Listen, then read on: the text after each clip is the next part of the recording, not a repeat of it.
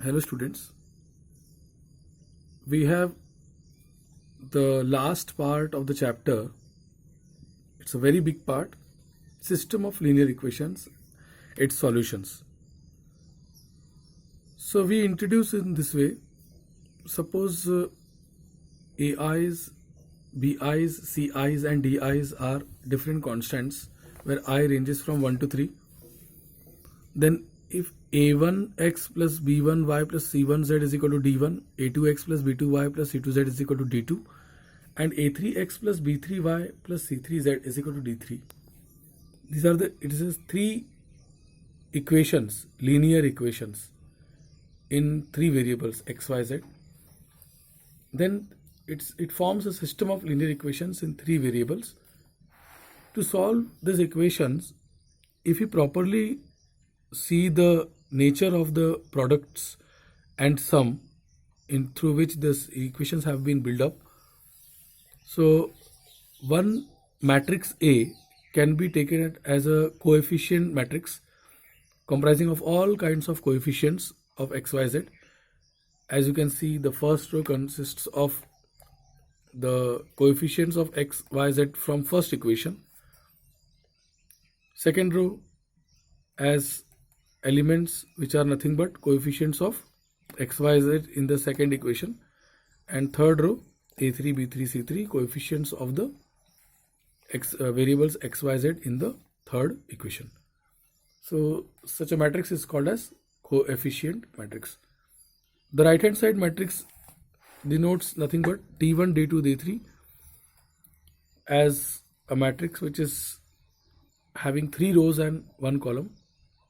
So it is very clear that when you multiply these two matrices, when you multiply this matrix and XYZ matrix, indirectly I wanted to say that AX is equal to B. So matrix B is the result of product of A and X. When you multiply these two matrices, you can test this. Its order is 3 by 1 and its order is 3 by 3. Number of columns of first matrix is equal to number of rows of second matrix, and the resultant matrix is 3 by 1. That is B matrix. So that can be equated to B matrix. So it is put in this particular system of equations can be put in the matrix form. It is written in the matrix form. Now, if you want to find out the solution, that is this is x is the unknown matrix. We have to find out the values of x, y, z. Now again I'll recall AX is equal to B if A inverse exists. If matrix A has an inverse, then we can pre-multiply this particular matrix with A inverse.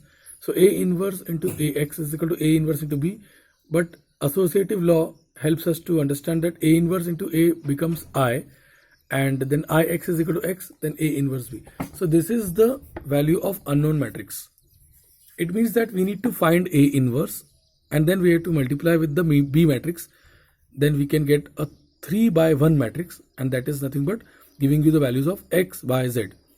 3 rows and 1 column only. So A inverse now can be found out with the help of two methods. One is elementary row or column operations that we have studied in the earlier chapter, matrix chapter. For that you need to have practice. You can use any of the methods. So one of the methods is elementary row operation and row or column operation, and another method is adjoint method, finding A inverse using adjoint method, whose formula is A inverse is equal to 1 upon determinant of A into adjoint of A, adjoint A matrix. Adjoint of A matrix. Now what is adjoint of A? That is I have written in this formula in detail. That is A inverse is equal to 1 upon determinant of A multiplied by adjoint of A. See, determinant is nothing but a scalar quantity. It's simply a number. So it's simply nothing but 1 upon some constant K or some scalar quantity, some number multiplied by matrix. Adjoint of A is also a matrix. How to find adjoint of A, we will study in the upcoming videos. Till now, you make a small revision. Also, you start the exercise 4.3. that area of triangle, collinearity of points, then the finding line equations and all. Meanwhile, you start writing this complete thing. I'll send you the PDF, cam scanned pics I will send, so that it is very clear how what has to be written properly in the register. But you should understand that I'm again and again telling you, in the examination also, while solving this equation, if you are supposed to find A inverse, you can find by any of these two methods. It is not hard and fast that you should go with adjoint method because you have studied in determinant chapter. They are always used like this: solve the system of linear equations using matrix method. So matrix method can be using matrices also, and using determinants also, because in determinants we are actually using matrices. Adjoint of A is a matrix, so you can use both methods are matrix methods. And I will also help you to understand some shortcut method of finding A inverse. But first you should solve these two, and then you should go for others.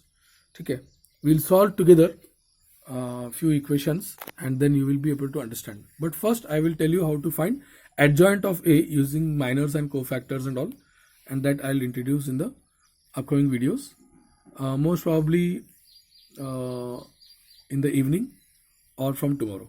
Okay, so for the timing, you note down everything properly and just get ready for the next video. Okay.